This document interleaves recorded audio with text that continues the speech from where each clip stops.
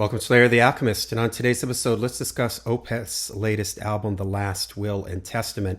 I'm a little bit late to this. This album came out at the beginning of October, but really in the last couple weeks, I started listening to it and really getting into it. My history with Opeth, in the early 2000s, I was really into them.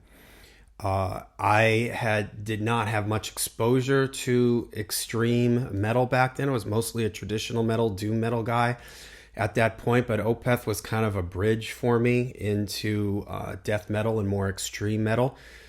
The combination of Michael singing plus the growling vocals and the technical nature of the band and the progressiveness of what they were doing, I was just really into it. I saw them live at that time.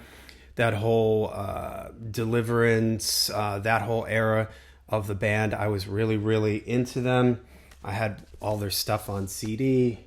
These are the ones that I have: Deliverance and Blackwater Park. I was really into them.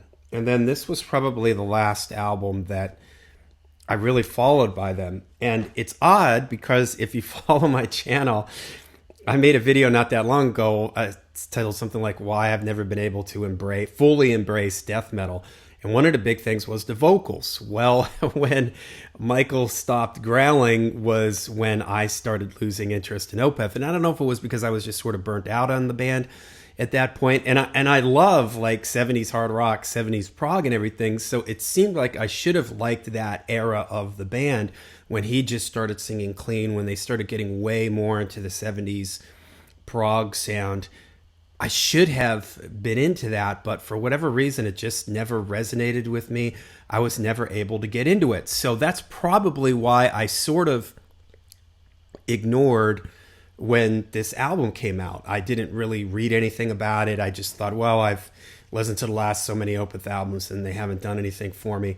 This will probably be more of the same. But then I saw an interview with Michael and we were asking him about how and why he brought the growling back into the band, and that sparked my interest. So I gave the album a listen and I loved it. It immediately grabbed me and drew me in. I think this album is a really good blend of the extreme vocals mixed in with the clean vocals. It's a concept record. I'm not 100% sure of all the details of the concept, but it's something to do with the last will and testament of a father dying in the family and the will, and somebody's reading the will. So he almost has different voices to play different characters, which makes it really interesting. And the album flows. The songs are all marked with just an S1, S2, or this symbol that means section, like as if they're reading out of the will.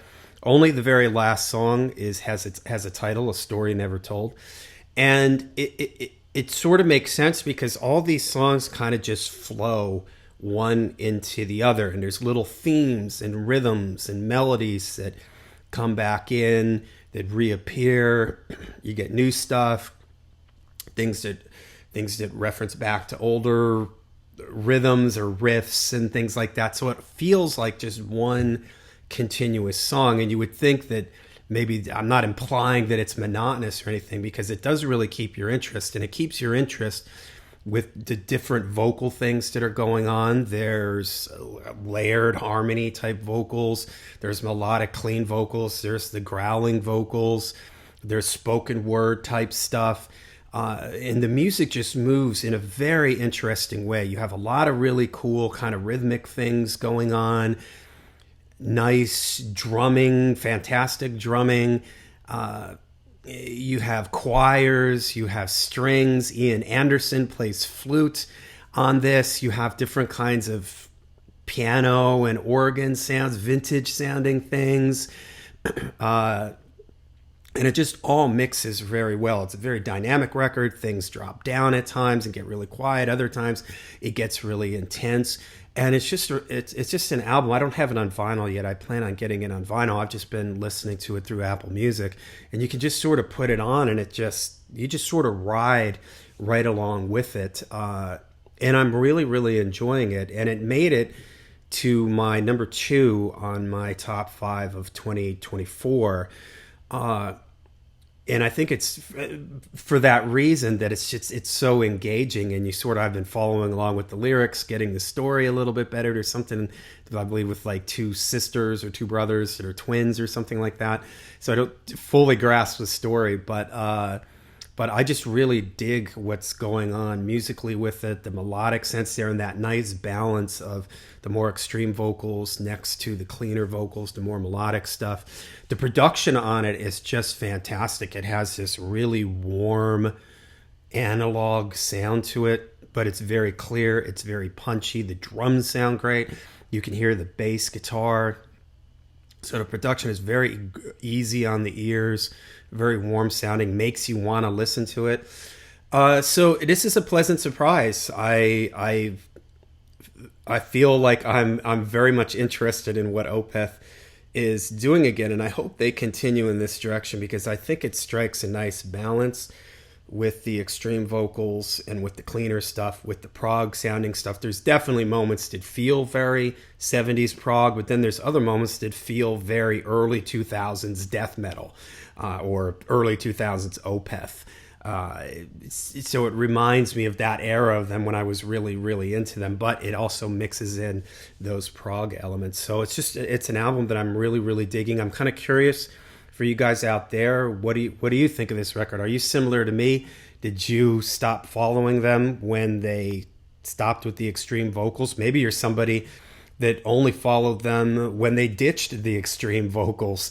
So how do you feel about this, bringing the vocals back? Is this a good or a bad thing for you? To me, I think it's such a perfect balance of the two elements, these two parts of Opeth, sort of that like I said, Deliverance era of the band, and sort of the 70s prog sounding era, and now sort of combining those two, I think, in a really great way. So it's hard to pinpoint any exact songs, because honestly, I just put it on and I listen to it, and there aren't really any choruses per se. So it's really hard to see. I mean, like, I love the opening track. I think it's really good. I think it's Section 3 is another one that I really like. The last one, Section 7, I think is great too. But it's hard to pinpoint any exact songs because they don't have titles. And again, it just flows like it's one big song, like Jethro Tull's Thick as a Brick or something like that. All right, so let me know what you guys think of Opeth's Last Will and Testament. Let me know down below. Let me know what you think about bringing back the growling extreme vocals. Let me know. Till we see you again, make sure you stay heavy, stay metal.